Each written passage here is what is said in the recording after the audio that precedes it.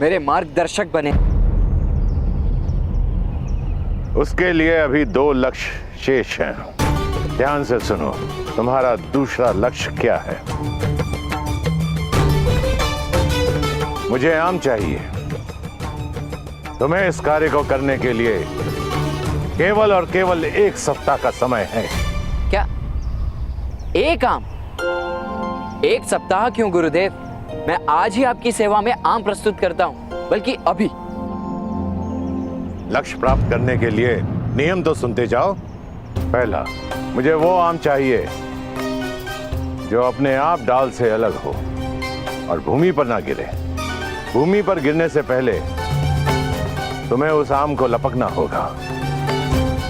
और दूसरा, वृक्ष को छूना और उसे किसी भी प्रकार से हिलाना निषेध होगा। समझ में आया? जी। और निश्चित रूप से तीसरा नियम यह होगा कि मुझे धनुर्विद्या का प्रयोग नहीं करना है। अर्थात इस वानर में भी तनिक बुद्धि है। अब खड़े होकर मेरा मुख क्या देख रहे हो? कुछ दिनों में आम की ऋतु समाप्त हो जाएगी। यदि तुमने मुझे आम लाकर नहीं दिया तो अपना मुख मेरे समक्ष मत लाना।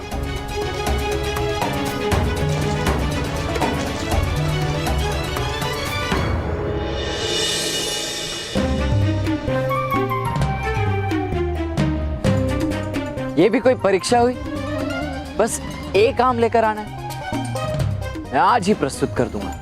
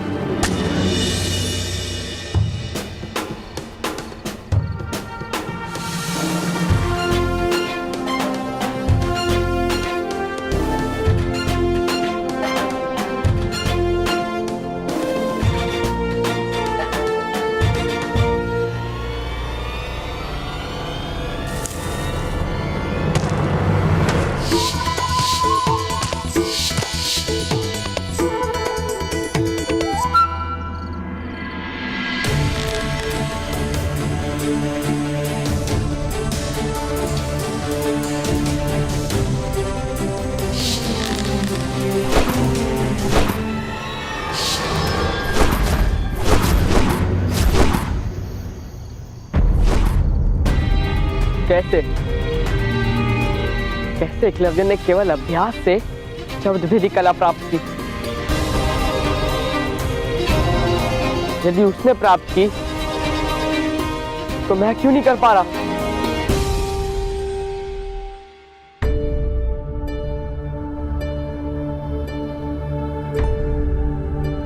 प्रणिपात गुरुदेव। अर्जुन, मैं तुम्हारी प्रतीक्षा कर रहा हूं। बैठो, क्षण भर विश्राम करो,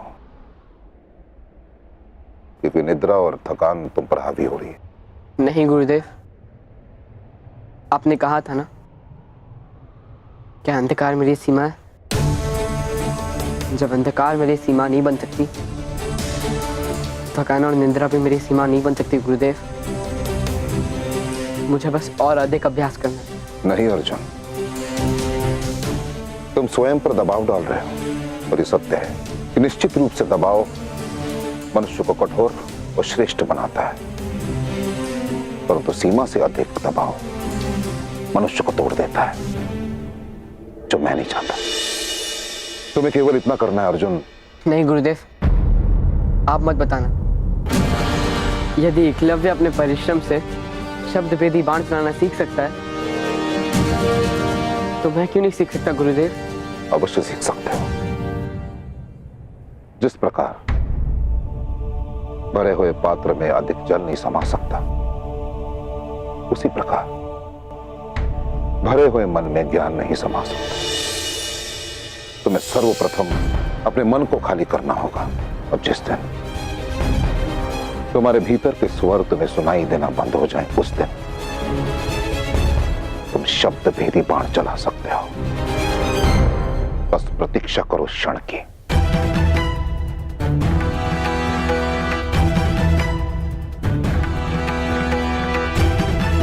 अर्जुन,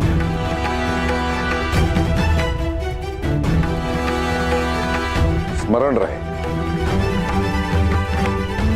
कि तुम्हें इस संसार का सर्वश्रेष्ठ धनुर्धर बनाने का प्रण मैंने लिया और मैं बना के रहूंगा। सर्वश्रेष्ठ धनुर्धर बनने चला और यहाँ वानरों की तरह डाल से टूटे आम लपकने का प्रयास कर रहा हूं।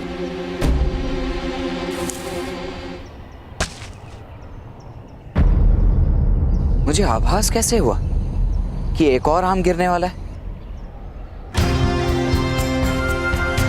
जब आम डाल से टूटता है तब एक नाद होता है, अस्पष्ट ही सही, परंतु कंपन से एक स्वर उत्पन्न होता है। मुझे टूटकर गिरते हुए आम के स्वर को समझना होगा।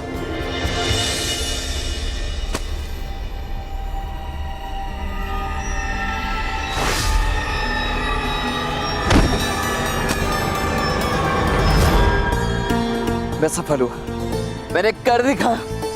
गुरुदेव, राधा भीम, अपनी गदा मेरी ओर फेंकिए। पर कोई प्रश्न नहीं, कोई स्वर नहीं, कोई शब्द नहीं, बस अपनी गदा मेरी ओर फेंकिए। दुशासन, लगता है अर्जुन निराश होकर आत्महत्या करना चाहता है।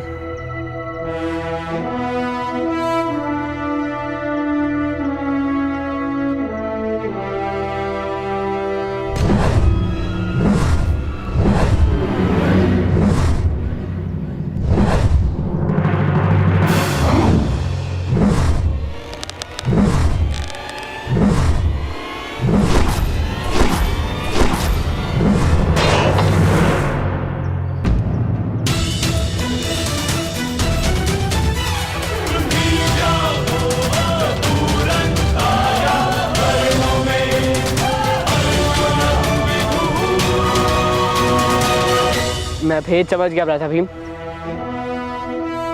मुझे गुरुदेव से मिलना है। कहाँ है गुरुदेव?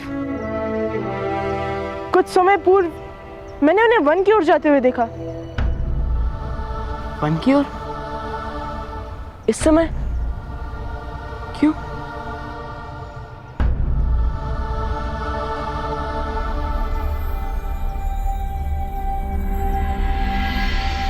देखिए, बिना बाण या बल का उपयोग किए मैंने उन्हीं नियमों के साथ इस फल को प्राप्त किया है जो आपने बताए थे।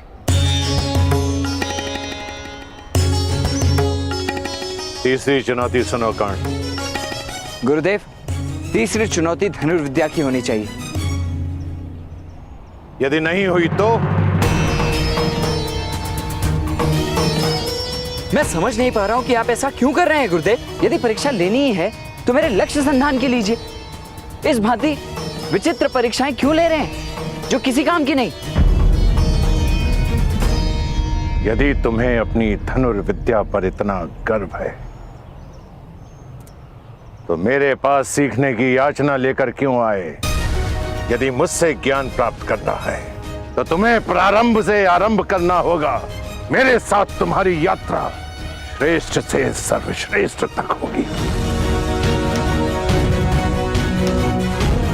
दैत्य की माया को समझकर, जल प्रवाह के अविरोध को हटाकर और राम लाकर तुमने अपनी सभी परीक्षाओं में अपनी योग्यता का परिचय दिया है, परंतु लक्ष्य भेदने में तुम कितने सक्षम हो यह जानना भी शेष है। तीसरी चुनौती बताइए प्रभु। तीसरी चुनौती,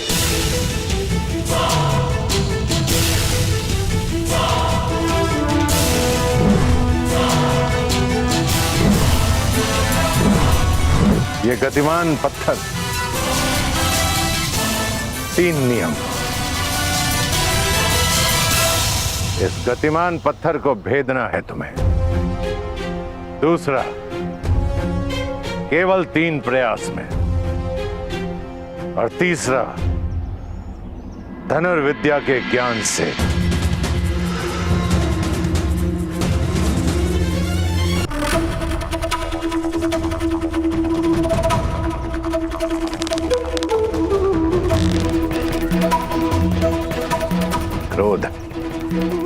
केवल और केवल राजकुमारों को ही शिक्षा देता हूं।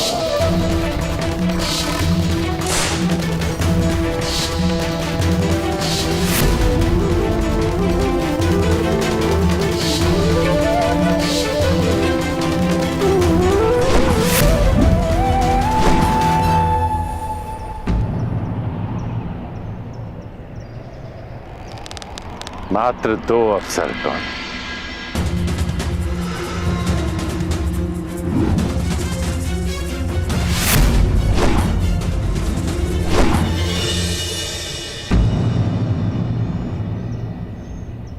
अंतिम अवसर कर्ण, अंतिम। यदि इस बार तुम अपना लक्ष्य नहीं भेद पाए तो तुम मेरे शिष्य बनने से वंचित रह जाओगे। कर्ण कहते हैं क्रोध, अशांति, पीड़ा ध्यान केंद्र में सबसे बड़ी बाधा है। अपने क्रोध को, अपनी अशांति को, अपनी पीड़ा को शस्त्र बनाकर इसका उपयोग करो कर्ण, उपयोग करो।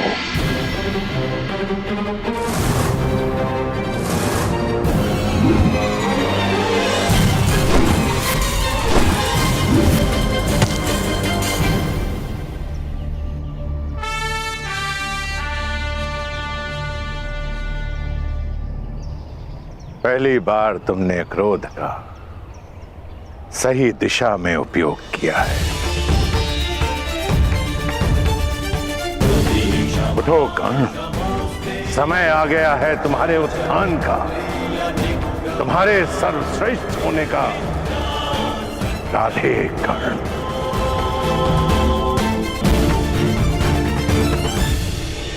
मैं धन्य हुआ गुरुदेव। कहीं मैं स्वप्न तो नहीं देख रहा, क्या सत्य ही आपने मुझे अपना शिष्य स्वीकार किया है? हाँ एकलव्य, मैंने तुम्हारा कौशल्य देखा एकलव्य। यूं समझो कि तुम्हारी शिक्षा पूर्ण हुई। मैं तुमसे गुरु दक्षिणा मांगने आया हूं।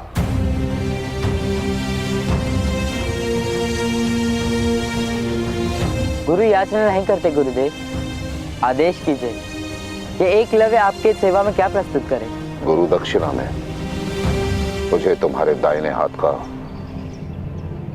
अंगूठा चाहिए।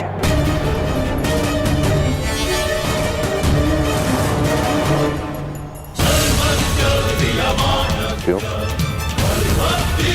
भय लग रहा है एकलव्य? नहीं गुरुदेव, भयभीत नहीं। मैं तो बस ये सोच रहा था कि आपने इतनी तुच्छ वस्तु मांगी।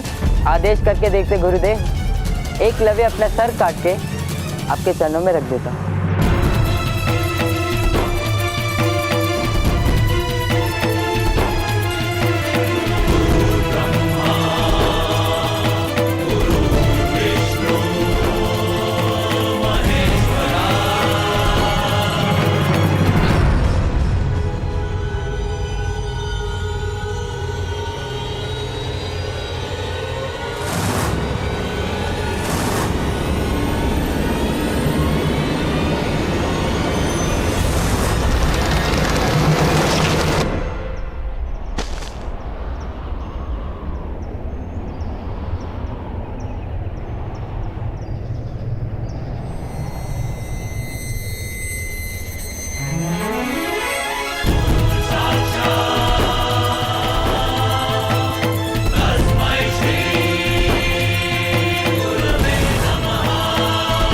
आपको गुरु दक्षिणा देकर मैं धन्य हुआ